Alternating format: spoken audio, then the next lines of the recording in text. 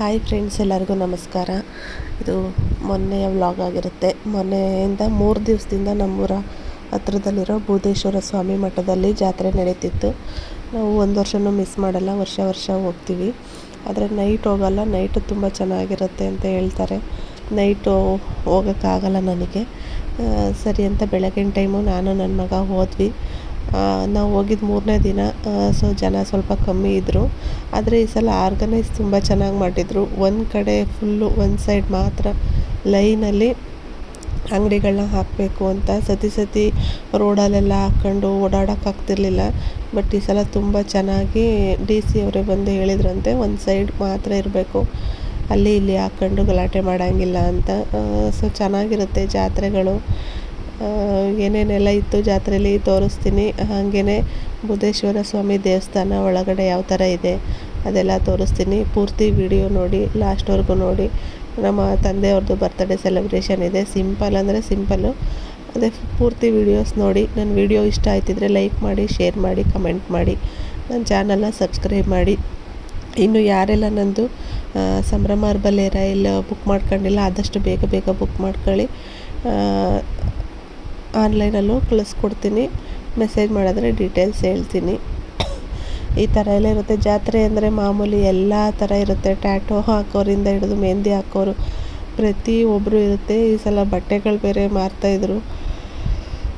ಇದು ದೇವಸ್ಥಾನ ಎಂಟ್ರೆನ್ಸು. ತುಂಬ ಅಂದರೆ ತುಂಬ ಚೆನ್ನಾಗಿ ಮಾಡಿದ್ದಾರೆ. ಇಷ್ಟು ದೊಡ್ಡದು. ಈ ದೇವಸ್ಥಾನದಲ್ಲಿ ಚೌಲ್ಟ್ರಿನೂ ಇದೆ, ಮತ್ತು ಸಪ್ರೇಟ್ ಆ ಸೈಡು ಚೌಲ್ಟ್ರಿ ಒಂದಿದೆ. ಈ ದೇವಸ್ಥಾನದ ಒಳಗಡೆ ಸಿಂಪಲಾಗಿ ಮದುವೆ ಆಗೋರು ಆಯ್ತಾರೆ.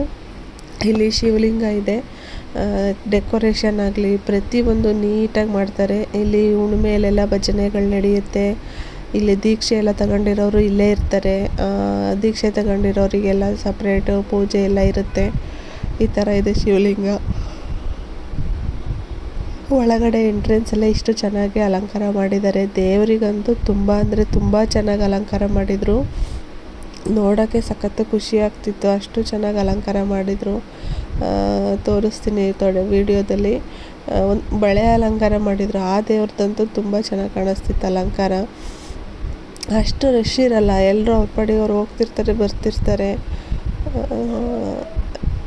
ಇಲ್ಲಿಂದ ಎಂಟ್ರೆನ್ಸಿಗೆ ಹೋಗಬೇಕು. ಮಾಮೂಲಿ ಅಂದರೆ ಫ್ರಂಟಿಂದನೇ ಹೋಗ್ಬೋದು. ಇವಾಗ ಸ್ವಲ್ಪ ನೋಡಿ ಅಲ್ಲಿ ಯಾವ ಥರ ಬಳೆಯಲ್ಲಿ ಅಲಂಕಾರ ಮಾಡಿದ್ದಾರೆ. ಒಳಗಡೆ ಎಲ್ಲ ಹೋಗ್ಬೋದು. ಒಳಗಡೆ ಹೋಗಿ ಪ್ರದಕ್ಷಿಣೆ ಹಾಕ್ಕೊಂಡು ಬರ್ಬೋದು. ನಾನು ಇವಾಗ ಒಳಗಡೆ ಹೋಗ್ತಿದ್ದೀನಿ ಪ್ರದಕ್ಷಿಣೆ ಹಾಕೋಕ್ಕೆ ಅಂತೇಳಿ.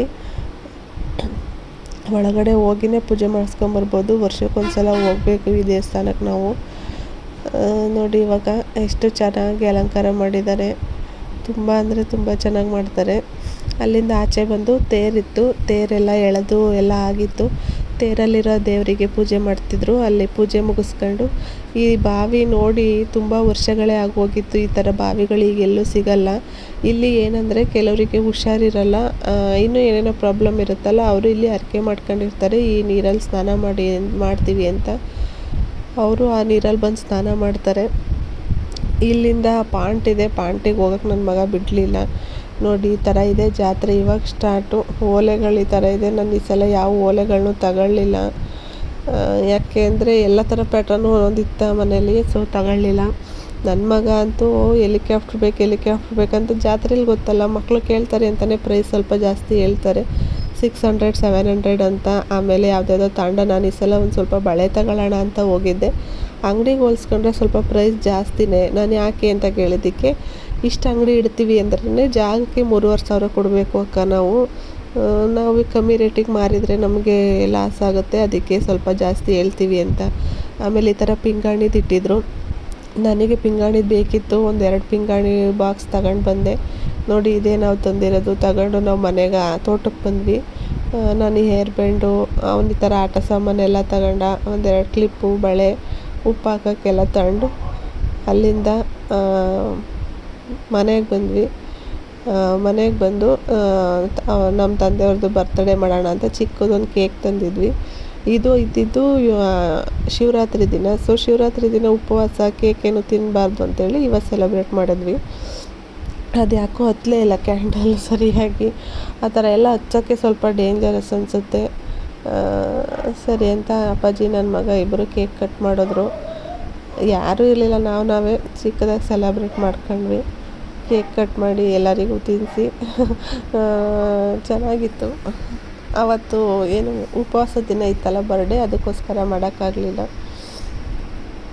ಇನ್ನು ಯಾರಿಗೆಲ್ಲ ನನ್ನ ವೀಡಿಯೋಸ್ ಇಷ್ಟ ಆಯ್ತಿದ್ರೆ ಲೈಕ್ ಮಾಡಿ, ಶೇರ್ ಮಾಡಿ, ಕಮೆಂಟ್ ಮಾಡಿ, ಹಾಗೆ ನನ್ನ ಚಾನಲ್ನ ಸಬ್ಸ್ಕ್ರೈಬ್ ಮಾಡಿ. ಅವ್ರ ತಾತಂಗೆ ನಾನು ತಿನ್ನಿಸ್ತೀನಿ ಅಂತ ತಿನ್ನಿಸ್ತಾ ಇದ್ದ. ಮಕ್ಕಳಿಗೆ ಅದೇ ಖುಷಿ, ಕೇಕ್ ಕಟ್ ಮಾಡೋದು, ತಿನ್ನೋದು. ನಾನು ಇತ್ತೀಚೆಗಂತೂ ಸ್ವಲ್ಪ ಕೇಕು ಕಮ್ಮಿದೆ ತಿನ್ನೋದು. ಚೆನ್ನಾಗಿತ್ತು ಕೇಕು. ಇದು ಇವತ್ತಿನ ವ್ಲಾಗ್ ಆಗಿರುತ್ತೆ. Thank you.